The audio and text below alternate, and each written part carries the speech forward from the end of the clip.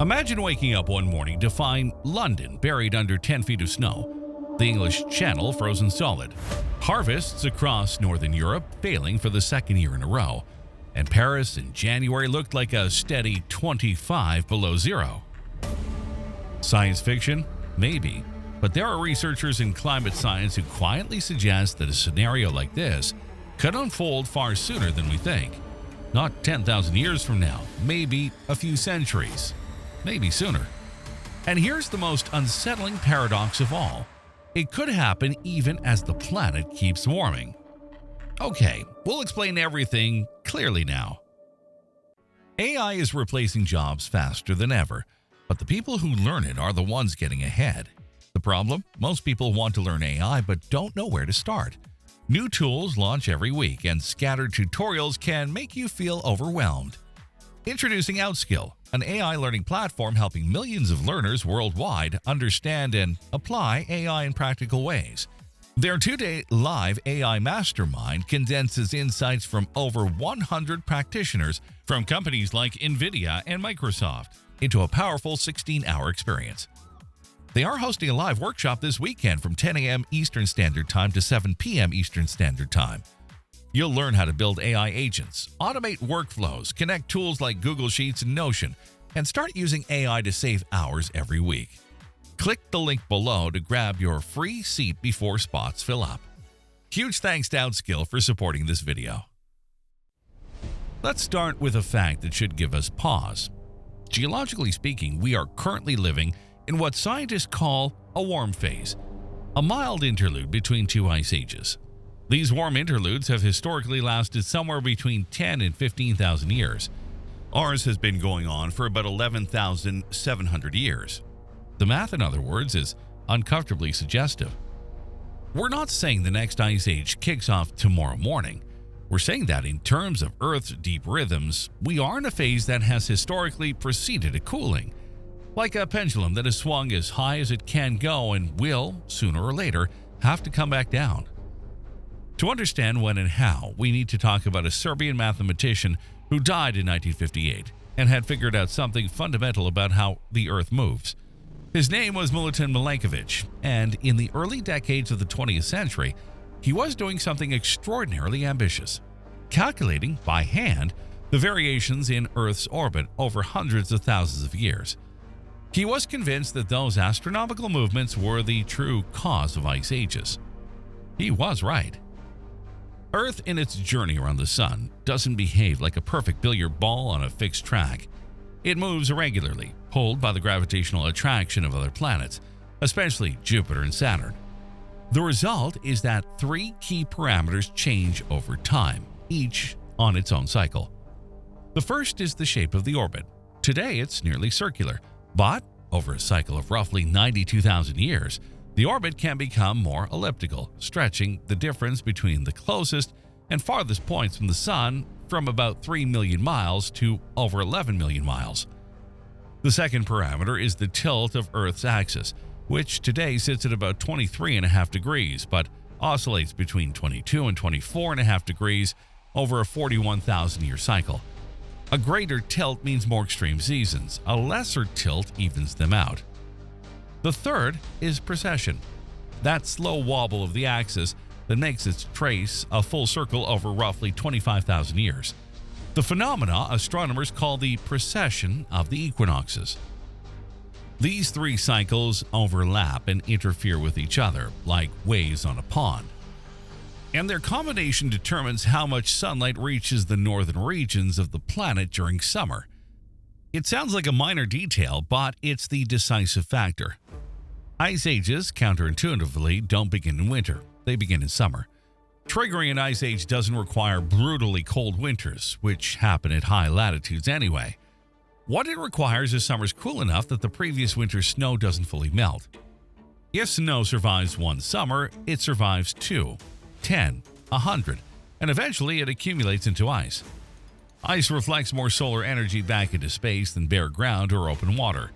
Scientists call this the albedo effect, and that reflection cools the planet further. More cooling means more ice. The cycle feeds itself, and over a few thousand years, a glacial sheet can spread from the pole outward until it covers Canada, Scandinavia, and much of Russia. The average temperature difference between an ice age and an interglacial period like the one we're living in is just 7 to 11 degrees Fahrenheit.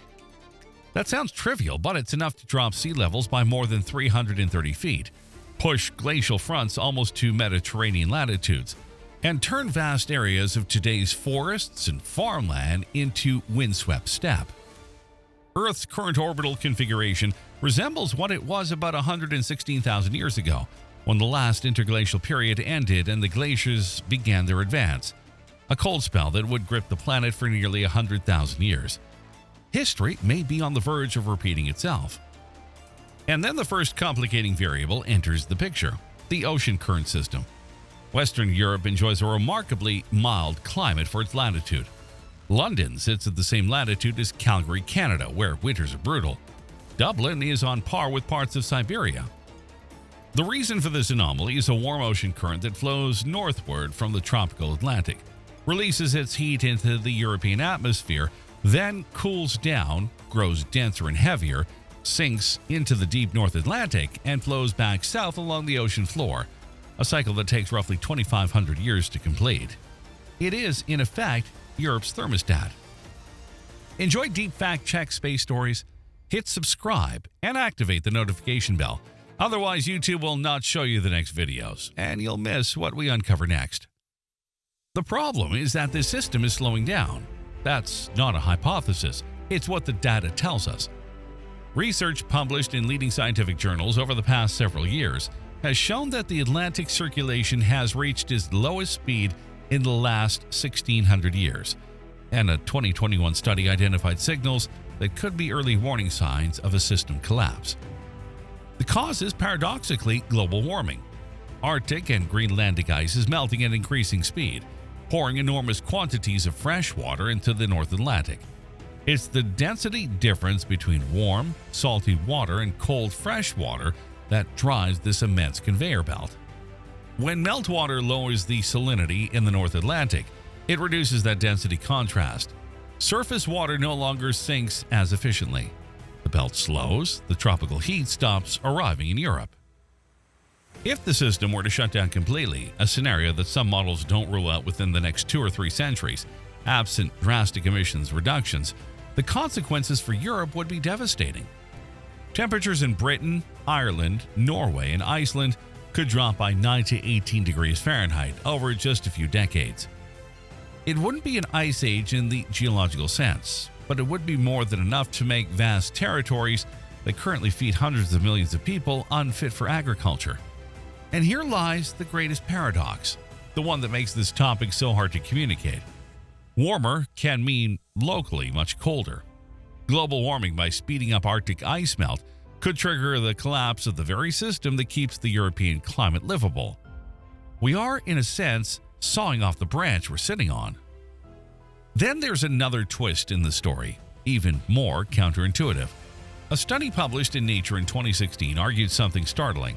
The carbon dioxide emissions produced by humanity over the past 2 centuries may have already delayed the next ice age by at least 100,000 years.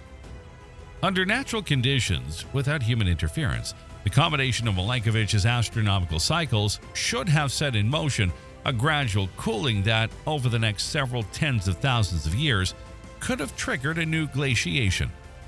The current concentration of carbon dioxide in the atmosphere, around 420 parts per million, compared to 280 in the pre-industrial era, would on its own be enough to prevent that trigger from firing. We have unwittingly canceled the next glacial cycle. To get a feel for just how unpredictable the climate can be, you don't need ancient glaciations. The past 1,000 years are enough. From roughly 800 to 1300 CE, Europe enjoyed a long stretch of stable, warm climate, with temperatures about 3.5 degrees Fahrenheit above today's. Grapes were grown in Norway. Viking settlers in Greenland farmed grain for centuries. In the Alps, the permanent snow line crept up 600 to 1,000 feet. Europe's population quadrupled. It's not an exaggeration to say that this spell of climate stability helped lay the foundation for medieval European civilization as we know it. Then the cold came, gradually, unevenly, but relentlessly. Glaciers advanced, summers shortened, harvests became unreliable. And when a harvest fails in a society with no safety net, hunger follows fast. And with hunger come epidemics. It's no coincidence that the Black Death, which wiped out a third of Europe's population in the 14th century, struck at the very beginning of this cooling phase. A body weakened by malnutrition is a more vulnerable body. Some of the temperatures recorded in those centuries are still striking. There were winters where the Thames froze so solid that entire fairs were set up on the ice. Market stalls, bonfires, people roasting meat on the river. The Venice Lagoon froze, Lake Garda froze. In what particularly ferocious January, Paris dropped to -8 degrees Fahrenheit, Berlin to -20 degrees Fahrenheit. And then there was the year that went down in history as the year without a summer, after the massive eruption of an Indonesian volcano that blasted enough ash into the atmosphere to dim sunlight across the entire planet. Europe and North America endured an eerie summer of cold, relentless rain, hail in July, snow in August. Harvests failed across the whole continent. People starved in Ireland. In New England, American settlers called that year 1800 and froze to death. All that from a contemporary cooling of a few degrees lasting only a few years. Imagine what a structural cooling of 9 degrees Fahrenheit lasting 100,000 years would mean. So when will the next ice age arrive? It's the million-dollar question, and the honest answer is we don't know precisely. Not because we lack data. We have plenty. We don't know because Earth's climate system is a tangle of astronomical, geological, atmospheric, and now also human forces, interacting in ways no model can yet fully predict. What we can say with reasonable confidence is this: the climate is never stable. Warming and cooling cycles are the norm, not the exception. The system we live in, the one that allowed agriculture to develop, cities to grow, human civilizations to flourish, is fragile in ways that don't always line up with the ones we worry about most. The most immediate and concrete threat is the slowdown of the Atlantic circulation. The signals are already there. The models confirm them. The timing is uncertain, but the direction is clear enough to demand attention. The medium-term scenario is a planet that keeps warming overall, but with consequences distributed unevenly and paradoxically. Some regions hotter and drier, others cooler and more unstable, as the great systems of atmospheric and oceanic circulation are pushed off balance. An ice age? Probably not, at least not soon. But something just as destabilizing, much closer in time and triggered by us, that unfortunately is already underway. Climate change isn't coming, it's already here, and the signs are everywhere. Watch our videos about how climate change is already transforming Earth to see what's happening right now. Huge thanks to Outskill for supporting this video.